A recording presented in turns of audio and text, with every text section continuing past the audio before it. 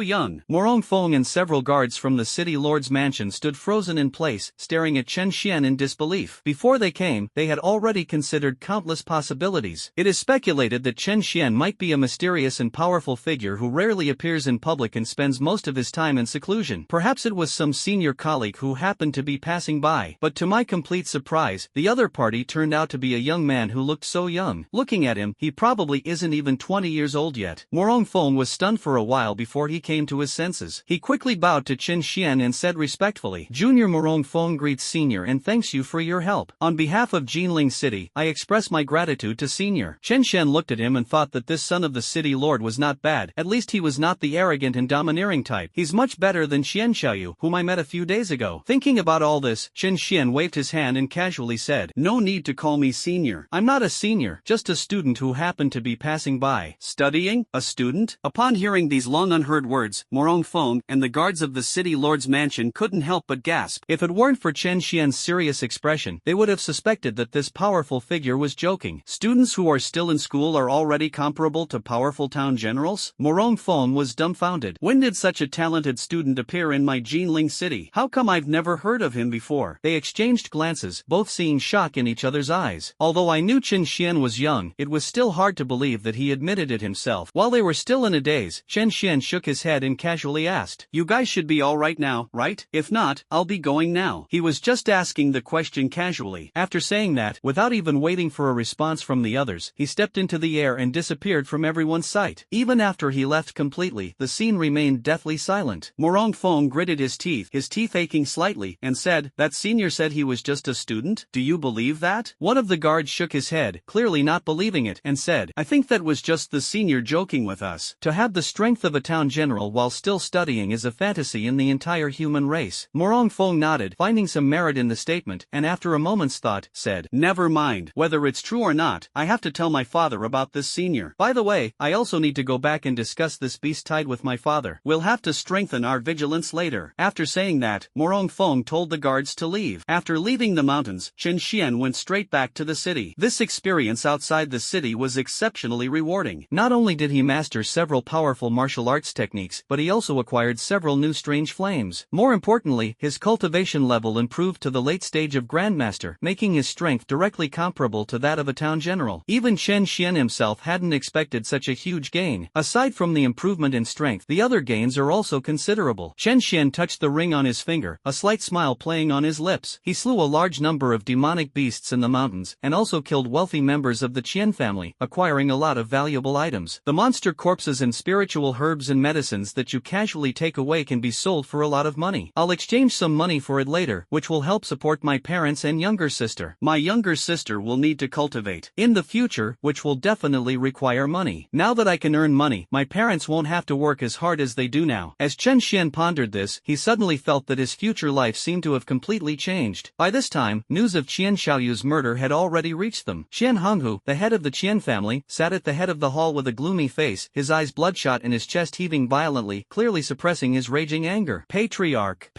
the soul tablet has been examined, and young Master Xiaoyu's soul tablet is indeed broken. Based on the extent of the breakage, young Master Xiaoyu was undoubtedly killed. Below the hall, a servant of the Qian family knelt and reported in a trembling voice. Qian Honghu was already furious. Upon hearing this, he instantly stood up, exuding a terrifying aura, and the surrounding chairs were overturned by him. His face was grim, and he roared in a venomous tone. Investigate. Find the murderer at all costs. Whoever killed my son will pay with their blood. My Qian family is a prestigious family of grandmasters, and the son of our patriarch has been murdered. This is an utter disgrace. How can I quell my hatred without turning the murderer to dust? Qian Honghu's roar echoed like thunder in the council chamber. As the true center of power in Jinling City, the city lord's mansion is located in the most prosperous eastern part of the city, and is grand in scale and magnificent in architecture. After dealing with the aftermath of the beast tide, Morong Feng immediately returned to the city lord's mansion to see his father, Morong Changtian, the city lord of the entire Jinling City. Seeing his son rush back in such a hurry, Morong Changtian frowned and said in a deep voice, "How old are you? Always so flustered. What kind of behavior is this?" "Father, today I encountered a senior in the Thorn Mountains, a powerful figure unlike any I have ever seen before. His strength is very likely at the level of a town general," Morong Feng reported at lightning speed. A powerful general? Morong Changtian frowned and said impatiently, "The garrison commander may be strong, but my Jinling City has plenty." "Why are you so flustered?" He felt that his son was somewhat impetuous. "They are different." Morong Feng shook his head and hurriedly recounted in detail his encounter with Chen Xian that day, including how Chen Xian suppressed the beast tide and how young he looked. After listening, Morong Changtian's expression also became serious. "What did you say? You're still a student, and you already have the strength of a town general? Are you sure you're not joking?" He suddenly stood up from his seat, breathing rapidly, his eyes fixed intently on his son. "There aren't any particularly prestigious universities for people with superpowers in Jinling City. Still studying means that this powerful figure, comparable to a town general, is just a high school student." In other words, the maximum age is 18? It would be strange if Morong Changtian wasn't excited about such a young town general. "Fomer, I'm giving you a task now. You must find him. I must see this young powerhouse with my own eyes." After the initial shock, Morong Changtian spoke resolutely, giving his son no room for rebuttal. Seeing this scene, Morong Feng couldn't help but chuckle to himself. "Who just said I wasn't calm? If you weren't so anxious, why would you be in such a hurry to see someone?" After internally complaining, Morong Feng still bowed his head respectfully and replied, "Yes." About 100 miles outside Jinling City, in a cold cave, candlelight flickered, illuminating the dim cave. Countless men dressed in black, wearing headscarves, gathered here. This is a stronghold of the Myriad race's cult. The old man, dressed in the robes of a high priest, slowly rose and respectfully looked toward the deepest part of the cave. The others also stood up and then turned to kneel down towards the depths of the cave. A sudden gust of biting wind swept through the cave, causing the candlelight to flicker erratically. From the deepest shadows, a dry voice suddenly rang out, as if imitating human speech. Today, an interesting human appeared outside Jinling City. Was he the one who suppressed the beast tide? Find him, and then kill him. Upon hearing this, the high priest spoke respectfully, his aged face filled with awe. As soon as he finished speaking, he took out a scroll from his body, slowly unfurled it, and on it was a portrait of a person. By the dim candlelight, it was clear that the portrait depicted Chen Xian, his entire body enveloped in flames. Many people appeared in the Thorn Mountains today, but for the Myriad race's sect, obtaining Chen Xian's portrait was not difficult. Everyone, this person ruined our plans. If it weren't for him, the powerful beings of all races might have already descended upon Jinling. From today onward, your most important task is to find this person and report back to me. I will send strong men to eliminate him. The high priest showed the portrait to the crowd, speaking in a cold tone. The believers all bowed their heads in obedience. In countless places burned to ruins by flames, an old man dressed in white slowly emerged. He narrowed his eyes slightly, looked around, and finally couldn't help but sigh. Late again? That aura has already disappeared. After returning to the city, Chen Xian did not go home first, but went straight into a large chamber of commerce. This chamber of commerce is called Baibaola, and it is a large-scale chain of chambers of commerce nationwide. The Baibaola Bailu in Jinling City was just one of its branches. As soon as Chen Xian entered, he went straight to the recycling area. He first summoned the guild manager, and in front of the manager, he took out countless monster corpses and various spiritual herbs and medicines from his storage ring. Chen Xian wasn't foolish enough to sell the things he'd looted from Qian Xiaoyu and the others. With his current strength, he naturally has nothing to fear from anyone causing him trouble. But his family was vulnerable, and he didn't want the danger to affect them. Inside the Chamber of Commerce, everyone stared wide-eyed as Chen Xian produced one monster corpse after another, their expressions as if they had seen a monster. Where did that kid go? Was he scavenging corpses outside the city? Are you kidding me? Tell me, where can I find so many monster corpses? And they're valuable monster corpses too. Not only the corpses of demonic beasts, but also the spiritual herbs and medicines are very valuable. Many customers stopped and stared intently at this spot. Sir, are you really planning to sell these things at our treasure pavilion? The manager was stunned for a moment, then his expression changed and he became respectful. At first, he treated Chen Xian like a little kid and didn't take his skills seriously at all. The attitude wasn't exactly bad, but it was somewhat cold. Now, his expression changed drastically. Manager Wang, if I sell things through your Chamber of Commerce, what kind of preferential treatment will I receive? Chen Xian asked with a smile. Although Bai Bailu is a nationwide chain, it is not the only one. With such a large quantity of monster corpses and spiritual herbs and medicines, one could make a fortune anywhere. Brother, what is your honorable name? Manager Wang asked hurriedly, a smile as bright as a chrysanthemum. Mr. Chen, if you choose to sell these items in our Chamber of Commerce, I guarantee you'll be promoted to a VIP member and you'll get a 20% discount on everything you buy here in the future. How about that? A 20% discount isn't bad. Chen Xian nodded. Okay, it's settled then. Manager Wang smiled even more broadly and then ordered his men to tally the value of the corpses and the medicinal herbs. In the end, everything was sold to the Chamber of Commerce and Chen Xian received 90 million. The money was deposited into a card, which was handed to him personally by Manager Wang. Bai Bailu was extremely efficient. Almost everyone was busy and the procedures were completed in no time. Chen Xian took the bank card and couldn't help but sigh inwardly. The taste of status and power was truly indescribable. Of the 90 million yuan, he kept only a small portion for himself and planned to give the rest to his family. However, before that, it's a good time to buy them some gifts. With that thought in mind, Chen Xian quickly began browsing the Chamber of Commerce. With a whopping 90 million in hand, he didn't hesitate at all and immediately started a shopping spree. I buy things without hesitation if I see something that suits my parents and sister. He bought a whole bunch of medicines to strengthen the body, ointments to beautify the skin, and medicines to replenish qi and blood. These things aren't cheap. When checking out, Chen Xian directly swiped his card for over 20 million. He didn't even lift his eyelids. For him, the money was like a windfall. He just picked up some medicinal herbs while killing monsters and never expected to be so rich. Chen Xian felt somewhat helpless about this feeling.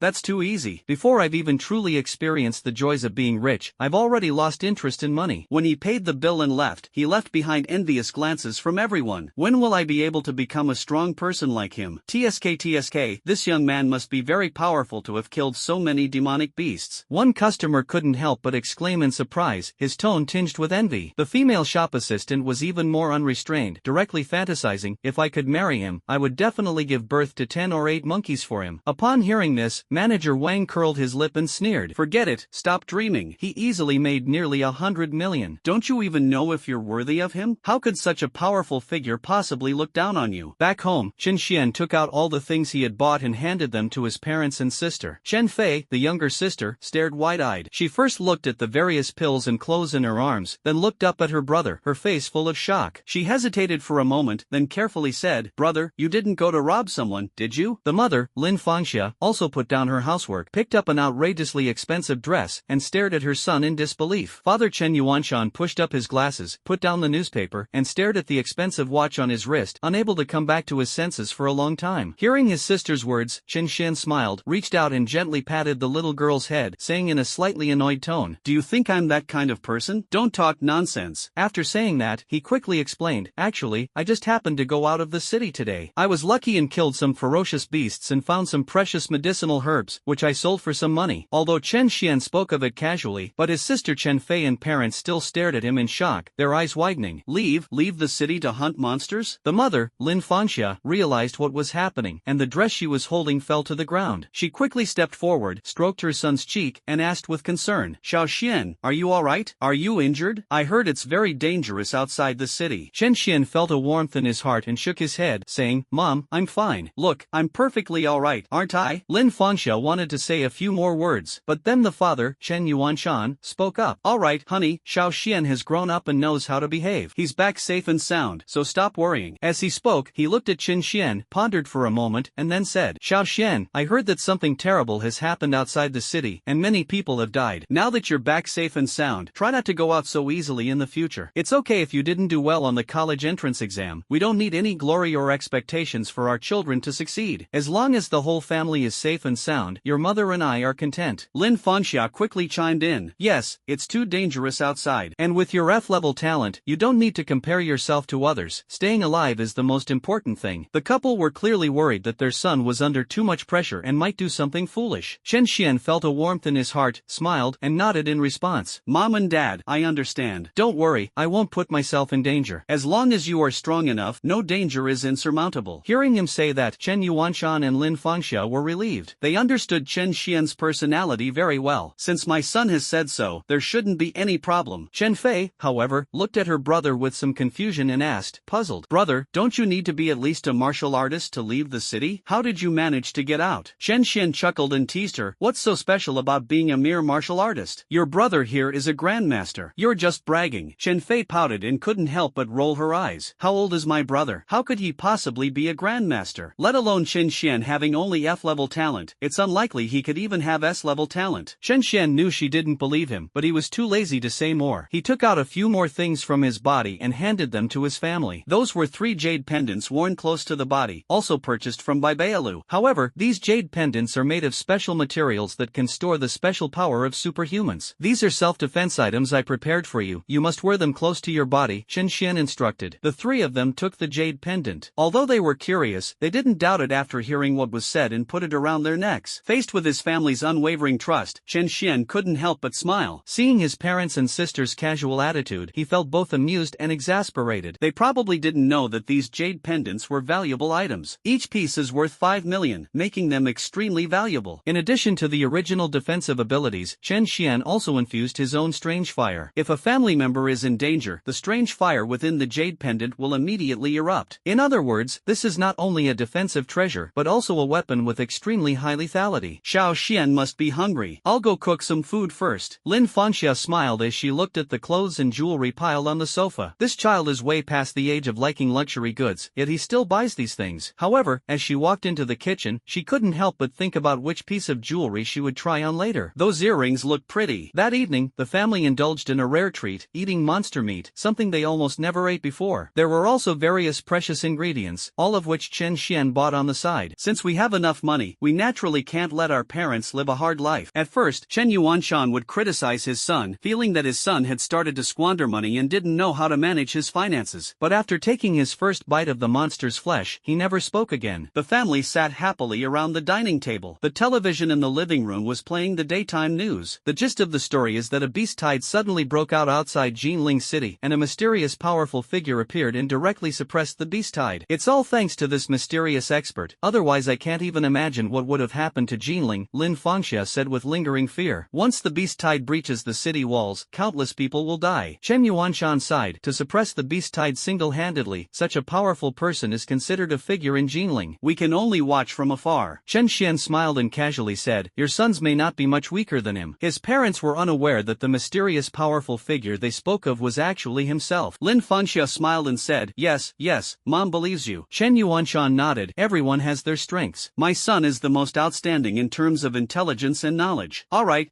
I know you're amazing, Chen Fei said with a smile, picking up a piece of monster meat for her brother. Eat your food properly. Chen Xian glanced at her and picked up a piece of the most nourishing beef on the table and gave it to her. This meal took about half an hour to eat. That evening, after washing up and lying down, Chen Xian suddenly remembered that he still had many incineration sites he hadn't used. System, I want to participate in the lottery. Ding! The meritorious host has obtained a cultivation technique, Great Sun Breathing Technique. Technique, Great Sun Breathing Technique. After practicing, it can significantly enhance the host's ability to absorb fire elemental energy. The effect will be even more pronounced if practiced under the sun. Upon seeing the introduction to the Great Sun Breathing Technique on the system panel, Chen Xian's eyes lit up. Now, his talent has been promoted to SSS level, and he can absorb fire elemental energy at an extremely fast speed. Even without any new strange fires, his cultivation level could still leap forward rapidly simply by digesting the few strange fires he already possessed. With the addition of the Great Sun Breathing Technique, Chen Chen Xian felt that his cultivation progress could be described as leaving a trail in a day. There is still a lot of fire energy in my body that has not been fully absorbed, and this great sun breathing technique is just right for me. Thinking of this, Chen Xian did not hesitate and silently said in his heart, "System, consume the incineration points and help me directly upgrade the great sun breathing technique to the perfect realm." Host, Chen Xian. Constitution, burning body, strange flames, azure lotus flame, profound yellow flame, bloodthirsty dragon flame, myriad beast flame. Cultivation level, late grandmaster. Martial arts, mystic fire transformation, mastery, eye of truth, mastery. Cultivation techniques, spirit tiger fist, mastery, 9 yang body refining technique, first level, great sun breathing method, perfect. Incineration site, 30,000. As soon as the great sun breathing technique reached its peak, Chen Xian immediately felt as if his body had become a giant black hole, frantically devouring the surrounding energy. Even the pores spewed out the intense heat energy brought by the strange fire. The energy of the 4 strange flames, azure lotus flame, profound yellow flame, bloodthirsty dragon flame, and myriad beast flame, rushed into his body instantly. That terrifying force seemed to be about to burst his body apart. However, this was just Chen Xian's illusion, a hallucination caused by the rapid absorption of power. In the blink of an eye, He felt his cultivation, which had just broken through to the late stage of Grandmaster, begin to loosen again. the great sun breathing technique, truly powerful. His breathing became rapid, and his eyes shone with an unusually bright light. Of course, all of this comes at a price. After suppressing the beast tide, Chen Xian had nearly 5 million incineration points, enough to draw 500 times just for lottery draws. But at this moment, simply raising the great sun breathing technique to perfection has exhausted all the incineration points. Saving time comes at a price. However, Chen Xian could accept this price. With increased strength, killing any number of demonic beasts or burning any number of races will be a piece of cake. I can't cultivate here anymore. If I stay any longer, I'm afraid I'll burn my house down. Feeling the increasingly violent power within him, Chen Xian dared not delay and immediately stood up and walked out of the room. Dad, Mom, I have something to do and I have to go out now. Don't wait for me to come back tonight. After saying that, he left home. At this time, Lin Fangxia was still watching TV in the living room, while Chen Yuanshan was reading the newspaper. Upon hearing their son's sudden words, the two looked at each other in surprise. Where is he going at this hour? Lin Fangxia put down the remote control, her brows furrowed. Xiao Xian has grown up and should know how to behave. Chen Yuanshan pushed up his glasses and continued, we'll ask him about it when he gets back. After leaving his home, Chen Xian took to the air and flew towards the nearest mountain. There is a huge rock on the top of the mountain, surrounded by sparse trees, almost completely bare. There's no need to worry about him starting another forest fire. He sat cross-legged on the boulder, closed his eyes, and focused all his energy on the great sun breathing technique. In an instant, violent fire elements surged into his limbs and bones, as if trying to completely melt his body. This is precisely how many people with supernatural abilities improve their cultivation. Once the corresponding talent is awakened, the corresponding attribute energy is absorbed. Without cultivation resources, one can only rely on absorbing the free-floating attribute energy in the air over time. For Chen Xian, this was not a problem at all. After all, the strange fire within the body is the highest quality flame energy in the world. As long as the strange fire exists, his cultivation speed will never slow down. For distinct flames enveloped Chen Xian's entire body, so intensely hot that the surrounding air trembled. Chen Xian's cultivation level was also constantly rising. While he was focused on his cultivation, time flew by outside. Soon, the night gradually faded, and the eastern sky began to lighten with the first light of dawn. On the streets of the city below the mountain, a group of more than a dozen people were running with weights, clearly doing their morning exercise. The leader was a middle-aged man wearing glasses, with short, neat hair, and dressed in a teacher's uniform from a certain school. He was followed closely by more than a dozen students, each carrying dozens of kilograms of weight, running steadily. They are all students of Jinling No. 3 High School, and all members of the gifted class. Everyone wore an obvious air of pride. As they ran through the street, many pedestrians couldn't help but stop and watch. Are these students from No. 3 Middle School? They're really dedicated, out exercising so early in the morning? Judging from their uniforms, they seem to be from the gifted class. The gifted class at No. 3 Middle School is even more outstanding than that at No. 1 Middle School. No wonder, it's a gifted class. I heard that students in gifted classes can easily get into a prestigious university. Wow, that's amazing. I wish my child could be this outstanding. The onlookers were talking excitedly, their faces full of envy. Who wouldn't be envious of the students in the gifted class at No. 3 Middle School? The team from No. 3 Middle School quickly ran through the crowd. He heard everything the others were saying, and a smug smile involuntarily crept onto his lips. Listen up, you are all students in the No. 3 Middle School's gifted class. Don't embarrass yourselves. Anyone who slacks off will have to do 2 extra laps. The middle-aged master swordsman shouted loudly, his tone stern, but his eyes were full of pride. As a teacher in the gifted program, exam, his status at the school rose accordingly. The students laughed after hearing that. With their stamina, this level of morning exercise intensity is nothing, let alone slacking off. Among the crowd, a tall, imposing young man, surrounded by admirers, looked smug, a relaxed smile always playing on his lips. His name is Su Long. Even in the genius class at number 3 middle school, he was the strongest student. All the students were completely convinced of his abilities. The reason is simple. He is a genius from Kyoto. This time, many geniuses from Kyoto came to Jinling City, hoping to take the college entrance examination there. Su Long's talent is close to S level. Although he is not top tier in Kyoto, he is already at the peak level in Jinling. As long as he performs well and demonstrates his abilities, achieving top rankings in the college entrance examination will not be difficult. However, at this very moment, an extremely terrifying aura suddenly erupted from the mountain peak not far away. The intense sense of oppression caused the teachers and students of number 3 middle school to change their expressions drastically, almost kneeling on the ground. Fu Jian's face was full of terror as he suddenly looked up. Students, including Su Long, looked up in awe. Then, they witnessed a scene they would never forget. Under the watchful eyes of everyone, a towering figure rose into the air and stood steadily atop the mountain. The man slowly raised his hand and threw a punch into the void. Immediately afterwards, terrifying energy exploded in the air, completely shattering the clouds above. The sky suddenly became cloudless. But the lingering force of that punch was deeply imprinted in the hearts of everyone at number 3 middle school. They stood there, staring at the towering figure atop the mountain, speechless for a long time. What a terrifying aura. Just how strong is that guy? It feels like if that punch had hit the mountain, the whole mountain would have exploded. Several students who considered themselves geniuses spoke in trembling voices. Chen Xian, atop the mountain, slowly withdrew his fist, a satisfied smile appearing on his lips. Clearly, he is quite satisfied with his current strength. Successfully broke through to the peak of the Grandmaster realm and is only one step away from the Great Grandmaster realm. The surging power within him filled Chen Xian with intense confidence. He gazed at the sky, at the clouds he had blasted apart with his punch, a glint of light flashing in his eyes. In that attack just now, Chen Xian didn't even use 1/10 of his strength. If he were to unleash his full power, he himself couldn't even imagine how strong he could become. Even a strong man at the level of a town general wouldn't be this strong. Chen Xian muttered to himself. The so-called town general is someone who can truly suppress all directions and is at a completely different level compared to a grandmaster or great grandmaster. Looking anywhere, the town's generals are definitely top-tier experts. He made a silent assessment in his mind. Even without using the mysterious fire transformation and the strange fire, he now probably possesses strength comparable to a town general. The 9-yang body refining technique forged his powerful physique. Absorbing the energy of the strange fire improved his cultivation and laid a solid foundation for him. These are the factors that enable him to challenge enemies of higher levels. If you add the terrifying destructive power of the strange fire and the abnormal effects of the profound fire transformation, ordinary powerful generals would not be able to cause the slightest ripple in front of him. Now, I should be considered one of the most powerful people in the entire Jinling. Chen Xian pondered to himself. The leap in strength and cultivation brought him immense confidence, and also made him feel somewhat arrogant and disdainful of the world. However, he soon noticed that someone was watching him from the foot of the mountain. After his cultivation level increased significantly, his eyesight also became extremely sharp. Even from a great distance, he could recognize the clothes worn by the people at his feet. Someone from number 3 middle school? Chen Xian raised an eyebrow slightly, revealing a hint of surprise. He knew a little about the famous schools in Nanjing. The number 1, number 3, and number 7 high schools almost encompass the city's top high school students. Among them, the gifted class at number 3 middle school is particularly famous, and it truly deserves its reputation. In numerous college entrance examinations, many of the top performing students in Jinling City came from this class. In the past, he might have had some thoughts when he met people from the gifted class at number 3 middle school, but now, he simply shook his head, quickly ignoring it, and after a brief glance, leaped up and soared into the air. His figure disappeared above the mountain peak. My talent should have reached SSS level by now, right? Yes, definitely. Chen Xian stumbled and fell, stroking his chin and muttering to himself again. In fact, he had already guessed about his current talent earlier. After fusing with 4 different flames in succession, his talent visibly improved continuously. His talent had already reached S level when he fused with the Azure Lotus Flame. Afterwards, he fused with 3 different flames, and it's not impossible for his talent to be upgraded to SSS level. However, this is ultimately just speculation and has not yet been confirmed. After pondering for a moment, filled with curiosity, Chen Xian flashed and flew towards a certain direction in the city. He wanted to test it himself. By this time, it was fully light, and all the instruments in the park were naturally usable. At his speed, he could easily make it home after the test and get to school before class. Just after Chen Xian completely disappeared, the streets below the mountain peak instantly erupted in cheers. Who was that person standing on the the mountaintop just now? How come they looked so young? To shatter all the clouds in the sky with a single punch, how terrifying must that be? And that sense of oppression, you can feel it even if you're separated by a mountain. Such a powerful young man? When did such a person appear in Jinling City? The students from number 3 middle school all showed expressions of shock, and murmurs of discussion arose one after another. No young person wants to be overwhelmed by others. But now, they see a guy who looks just as young as themselves, but whose strength far surpasses theirs by countless times. In an instant, these geniuses all felt a strong blow. In the crowd, Sulong clenched his fists, his pupils contracted continuously, and his face was gloomy and ugly. He traveled all the way from Kyoto to Jinling. Wasn't his purpose to achieve a crushing victory and stand out from the crowd? But now, an even more monstrous genius has emerged in Jinling City? Brother Long, could that guy on the mountaintop just now also be from Kyoto? A student asked Sulong tentatively. He simply couldn't believe that such a powerful prodigy could appear in Jinling City. Such a person was very likely from the capital. Impossible. Sulong shook his head, his face somewhat bitter. Even in the capital, there are few who can rival such a person. Why would he come all the way to Jinling? The students fell silent for a moment, seemingly finding it hard to accept the news. At this moment, Master Shi Jian spoke up. That person may just look young, but is actually older, and may not be a student like you. What do you mean by that? Sulong asked, frowning. Fu Jian took a deep breath, his voice filled with shock. That person's strength may be even greater than you imagine. If I'm not mistaken, his strength definitely surpasses that of a grandmaster. Upon hearing this, Sulong and the others stared wide-eyed in shock. They understood what Fu Jian meant. How could such a powerful person be a student? Beyond grandmaster, isn't that a town general? Such a person would be a big shot anywhere. It seems that person must be some old monster. A student nodded, becoming more and more certain. While the others were shocked, they also secretly breathed a sigh of relief. If Qin Xian weren't a student, they would seem to be able to accept him no matter how strong he was. Do you think that the incident outside the city recently was done by that person? Was it that senior who quelled the beast tide just now? A student asked thoughtfully, filled with curiosity. That's possible. Fu Jian pondered for a moment and nodded. After leaving the mountaintop, Qin Xian quickly arrived at a nearby park. There weren't many people in the park at that time, only a few scattered individuals. He landed from the air without attracting much attention. No one even noticed his presence. He walked straight to the testing machine. After taking a deep breath, I placed my palm on the testing instrument. This device only requires you to place your palm on it and then activate your supernatural abilities. The instrument will determine the test subject's talent level based on the attributes and intensity of their special ability. When Qin Xian activated his fire-type ability, the indicator light on the instrument in front of me flashed a few times, the screen jumped rapidly, and several lines of data appeared in the blink of an eye. Talent, fire, rank, SSS. However, the data displayed on the screen lasted only a moment before the instrument suddenly flashed a bright light. Then, to Qin Xian's astonishment, the instrument exploded. With a loud bang, instrument parts scattered and crashed to the ground with a clanging sound. What's going on? Qin Xian stood frozen in place, completely bewildered. Could it be that this testing instrument is unable to handle his talent? Thinking of this, he couldn't help but grin, inwardly cursing the poor quality of the testing equipment. Could it be that they cut corners? However, the thought was fleeting, and Qin Xian quickly dismissed it. At this moment, he had confirmed that his talent had indeed reached SSS level. Looking across the entire city of Jinling, such a genius has not appeared for many years. It's not surprising that the instrument couldn't withstand the pressure and exploded. After all, given the situation in Jinling City, this level of testing equipment is already considered top-notch. Unbeknownst to Qin Xian, the explosion of the testing equipment in the park immediately triggered an alarm somewhere in the city lord's mansion. After all, instruments that can directly measure a user's talent are powerful and valuable. The city lord's mansion naturally kept a very close watch on it. There are concerns that some unscrupulous individuals might take the opportunity to steal the equipment or deliberately cause damage. The city lord's mansion received the news the moment the instrument exploded. One of the staff members responsible for managing the equipment had a drastic change in expression when investigating the cause of the explosion. He rushed into the city lord's mansion and reported the news to the city lord, Morong Changtian. City Lord, the talent testing device we set up in the park in District C suddenly exploded this morning. The final data transmitted back suggests that someone used equipment and it detected an SSS level fire-type talent. As he spoke, the staff member's lips trembled slightly. How long has it been since an SSS level superhuman appeared in Jinling City? Talent is something you're born with. No matter how much you improve your strength, you can't increase your talent. This staff member had been in Jinling City for decades, and this was the first time he had ever seen someone with what appeared to be an SSS level talent. SSS level fire-type talent? Inside the city lord's mansion, Morong Changtian was discussing matters with his son when he heard the news and immediately stood up from his seat. He and his son exchanged a glance, their eyes filled with shock. If a prodigy with SSS level high-level talent were to emerge in Jinling City, it would undoubtedly be tremendous good news for the entire city. Morong Fong suddenly thought of something and couldn't help but blurt out, "Father, do you think that SSS-level fire-type prodigy might be that person?" He was referring to Qin Xian, who had appeared outside the city that day and single-handedly suppressed the beast tide. Very likely. Morong Changtian's expression hardened, and he also felt it was highly likely. He immediately said, quickly, "We must go there immediately and find that senior." His tone was urgent, completely unlike the composure one would expect from a city lord. He had to meet this invincible fire-type expert in person. If I could meet Qin Xian, I might gain some insights that could help me advance my cultivation. Chen Xian looked around the park and suddenly felt a little embarrassed. He had accidentally broken the instrument. Did he have to pay for it? Moreover, this instrument looks quite valuable. It's not something you can easily buy just because you have money. What puzzled him even more was that he didn't know who to seek compensation from. Just as he was pondering this, he raised an eyebrow and keenly sensed several powerful auras rapidly approaching. Several figures then landed. It was none other than City Lord Morong Changtian, Morong Fong, and several powerful figures from the City Lord's mansion. Chen Xian subconsciously thought they were there to ask him for compensation, and even prepared to take out his bank card. But soon, he saw Morong Fong walk straight over and bow respectfully, saying, "Junior Morong Fong greets Senior." At this moment, Morong Changtian stepped forward and introduced himself. "I am Morong Changtian, the City Lord of Jinling City." Chen Xian raised an eyebrow upon hearing this, but didn't seem to care. He casually asked, "Are you here to ask me for compensation?" Morong Changtian glanced at the shattered instruments scattered on the ground not far away, and his eyelids twitched slightly. There was only a loud bang. "The instruments are all blown up like this?" He suddenly suspected that Chen Xian's talent might be more than just SSS level. Otherwise, the instrument would at most break down. How could it have exploded so thoroughly? However, Morong Changtian secretly sensed the aura emanating from Chen Xian and was shocked. This aura is truly terrifying. At that moment, he instinctively felt a sense of apprehension. After all, he was a peak-level town general. Could this seemingly young but powerful figure before me be at a level above the town general realm? Thinking of this, Morong Changtian dared not be negligent, waved his hand, and said with a smile, "Mr. Chen, please don't joke around. We came here specifically to thank you. That day, Mr. Chen rescued my son and quelled the beast tide. On behalf of the City Lord's mansion, I hereby award you the first-class Medal of Honor. What do you think, Mr. Chen?" Upon hearing this, Chen Xian couldn't help but raise an eyebrow, knowing full well the significance of this Medal of Honor. After all, his status as a top student is no joke. Throughout the entire city of Jinling, everyone who has received the first-class Medal of Honor has made outstanding contributions to the city. With this medal, as long as Chen Xian doesn't go too far and kill innocent people, he can basically do whatever he wants. If someone in the city provokes him, even if he kills them, he will not be punished. In addition, he can receive various resources and subsidies from the City Lord's mansion every month. Family members will also be recognized as families of meritorious servicemen and enjoy various preferential treatments. Chen Xian naturally wouldn't refuse these benefits offered to him, so he nodded in agreement and put away the first-class honor medal. Seeing Chen Xian accept the medal, Morong Changtian's tense nerves relaxed slightly. The fact that Chen Xian accepted this honor shows that he still approves of the City Lord's mansion. In this way, he can also smoothly start other topics. After thinking for a moment, Morong Changtian said sincerely, "I wonder if Mr. Chen has any free time right now? I recently awakened my fire-type talent and would like to discuss the application of fire-type abilities with you." In fact, Chen Xian had long sensed that Morong Changtian possessed fire-type talent. Since awakening the strongest Flame Emperor system and obtaining the burning body, he has become exceptionally sensitive to fire elemental attributes, and can sense the fire elemental aura on Morong Changtian from afar. Upon hearing this, Chen Xian shook his head without hesitation. "Not now, I don't have time, I have to rush home." In the past, he would never have refused a personal invitation from the City Lord. He understands this most basic social etiquette, but now, he has the confidence to refuse. Moreover, the refusal was very natural and unpretentious. A true strong person does what they want, doesn't they? If you don't have time, why bother with insincere pleasantries? Of course, calling it hypocritical would be an exaggeration. Morong Changtian's attitude was actually quite good. "Ha, in that case, Mr. Chen, let's reschedule for another day when you have time." Morong Changtian didn't mind. What strong person doesn't have a temper? Hearing this, he laughed and stopped pressing the matter. Chen Xian casually said goodbye and turned to leave. After he completely disappeared, Morong Fong looked at his father with some confusion and asked in bewilderment, "Father, even if this senior is powerful and is an SSS level fire type, you don't need to be so polite, do you? You are, after all, the City Lord." Morong Fong felt that his father's behavior was a bit excessive, and his words and actions even carried a hint of ingratiation. "What do you know?" Morong Changtian glared at him, then smiled and said, "Perhaps my chance to break through my cultivation level depends on him. Once I break through, I will advance to a higher level, and at that time my control over Jinling Jinling City will be even stronger. After leaving the park, Chen Xian quickly returned home. At this moment, her parents had not yet gone to work and were sitting anxiously waiting in the living room. He pushed the door open and entered. Upon seeing this, the couple breathed a sigh of relief, their hearts finally at ease. "You child, it's one thing to go out so late at night, but why are you only coming back now?" Lin Fangxia, the mother, couldn't help but say, and then went to the kitchen to prepare breakfast. Chen Yuanshan put down his newspaper and casually reminded him, "Remember to be extra careful when you're out and about in the future, it can be dangerous outside." Feeling the warmth in his family's eyes, Chen Xian nodded and replied, "I understand." 10 minutes later, her younger sister, Chen Fei, finally got up. She knew nothing about her brother leaving last night, so she didn't say much when she saw Chen Xian. After breakfast was prepared, the family sat around the table to eat. In fact, with Chen Xian's current strength, he no longer needs to eat. But having developed a habit of over a decade, he couldn't bear to give it up. Moreover, he really enjoys the atmosphere of being with his family. After having breakfast and saying goodbye to his family, Chen Xian set off for school. He should go to class, after all, he'll be taking an exam soon. Now that Chen Xian's strength is almost there, he's not in a hurry to leave the city. He plans to consolidate his strength and wait until the assessment is over before making any further moves. Anyway, it's only about half a month. Just after Qin Xian left home, there was a sudden knock on the door. Lin Fangxia went to open it and found that it was her neighbor, Aunt Zhang. "I heard your son bought a lot of nice things yesterday?" Aunt Zhang leaned closer and asked with a face full of curiosity. "Oh, yes." Upon hearing this, Lin Fangxia's face immediately lit up with a smile. She casually took off the jade pendant hanging around her neck and proudly displayed it. "My son bought this for me. Look, isn't it beautiful?" She only wanted to show off her son's filial piety. She had no intention of comparing herself to others or mentioning luxury goods. Aunt Zhang leaned over to take a look, immediately frowned, and said with a sneer, "No way, Fangxia, this thing doesn't look worth much. Why would your son give you something like this?" His tone carried a hint of disdain. Just then, her husband also came over and saw the jade pendant. His eyes narrowed sharply. He quickly pulled his wife aside, afraid that she would embarrass herself again. "What are you doing?" Aunt Zhang glared at him. The husband's face was serious, and he said irritably, "You don't understand. The jade pendant that Lin Fangxia was wearing just now was a treasure from Wanbaialo, worth at least 5 million. "What? Really?" Aunt Zhang's face froze immediately upon hearing this, as if she had been struck by lightning, too shocked to speak. Her gaze involuntarily drifted towards the Chen family's direction, and it took her a long time to come back to her senses. The Qian family has already identified the murderer. Qian Honghu, the head of the Qian family, sat in the main seat of the hall, his face grim. "You mean, my son died at the hands of a student? And that student was a good-for-nothing with only F-level talent?" He felt like he had been tricked. The Qian family servants below trembled, yet still replied confidently, "Master, the intelligence is infallible. We've questioned everyone who appeared in the Thorn Mountains that day. The young man named Chen Xian is the prime suspect." Moreover, after the young master died, Chen Xian suddenly became rich overnight and bought several treasures for his family, all of considerable value. "I suspect that even if he didn't do it, he is definitely involved, and perhaps he has accomplices." After listening to his subordinate's speculation, Qian Honghu nodded, somewhat agreeing with it. He then said coldly, "Set a trap for this kid, arrest him, and hopefully force him to reveal his accomplices." "Yes, Patriarch." Several powerful members of the Qian family responded respectfully with cold smiles. Even a grandmaster would not escape death if he offended the Qian family. Before Chen Xian even arrived at school, the classroom erupted in chaos. "I heard that a remarkable town general has emerged in our city, and he's quite young." "Really? Anyone who can become a town general, even if they're young, must be at least 30 years old, right?" "That's not necessarily true. However, that powerful figure was indeed formidable. It's said that he single-handedly suppressed an entire beast tide." Wang Hao and Shin Mengqi did not participate in the discussion, but were praised by many people. The two gained a lot from this experience. They have all broken through to the mid-stage of martial arts. They stood out among a group of students who had just reached the martial apprentice realm. Brother Hao and sister Qi are too strong. They broke through to the mid-stage of martial arts so quickly. Yeah, at this rate, Brother Hao and sister Qi will probably be able to break through to the peak of martial arts during the assessment. As expected of an A-level talent, they are simply incomparable to us. Many people looked on with envy and kept flattering him. Just then, a figure appeared at the classroom door. It turned out to be Qin Xian. The classroom, which had been bustling, suddenly fell silent when Chen Xian entered. Immediately afterwards, someone sneered, "Hey, isn't this our Chen, the academic genius? I saw you leave the city last time. I didn't expect you to come back alive. That's really something." The speaker was Wang Hao's lackey, who also went out of the city that day and met Chen Xian. These words immediately caused an uproar in the classroom. What exactly happened? Chen Xian also left the city? Did I hear that right? Isn't Chen Xian an F-rank trash? What's he doing out of the city? And how exactly did he get out? Who knows? Maybe he sneaked out when the guards weren't looking? Tsk tisk, it's one thing to have poor talent, but he doesn't even have any self-awareness. If he really dies outside the city, won't the guards be punished? Chen Xian is such a selfish person. Does he really think that with his F-level talent, he can catch up with Brother Hao and Sister Qi through hard work? What a joke. Brother Hao and Sister Qi have gained a lot from their training trip out of the city this time, and they will probably break through to the late stage of martial arts soon. What makes Chen Xian think he can catch up? He should take a good look in the mirror. Chen Xian didn't even return to his seat, and immediately a chorus of sarcastic remarks arose from those around him. It felt as if everyone was pointing fingers and making condescending criticisms behind my back. Is it because he is unpopular that everyone is rubbing salt into his wounds? Before his talent was awakened, many of those who mocked him were still on friendly terms with him, affectionately calling him Brother Xian. Now, however, Chen Xian has become a useless person, while Wang Hao and Shen Mengqi have become geniuses who are the center of attention. Knowing who to please and who to ignore has become an ironclad rule in everyone's mind. At this moment, many people were even secretly looking forward to seeing Chen Xian completely trampled underfoot by these two geniuses during the assessment. Witnessing a former genius being trampled into oblivion is a source of amusement for many. Chen Xian could clearly see the ugly faces of this group of people, and with a cold laugh, he didn't bother to pay them any attention. He thought to himself, these people will definitely regret it on the day of the assessment. Help! So he ignored everyone and went straight back to his seat. Seeing that Chen Xian remained calm and composed, Shen Mengqi frowned slightly, feeling a bit dissatisfied. Does he really take his past status as a genius seriously? Who are you putting on airs for? She sensed that Chen Xian had absolutely no energy fluctuations, and subconsciously concluded that he wasn't even a martial artist. She immediately shook her head and said, Chen Xian, it's been a while since your talent awakened, but you're still not making any progress. I'm really disappointed. Indeed, breaking up with you back then was the best decision I ever made. It would be a disgrace to me to associate with someone like you. Chen Xian sneered upon hearing this, not even bothering to look at her, and said with a hint of sarcasm,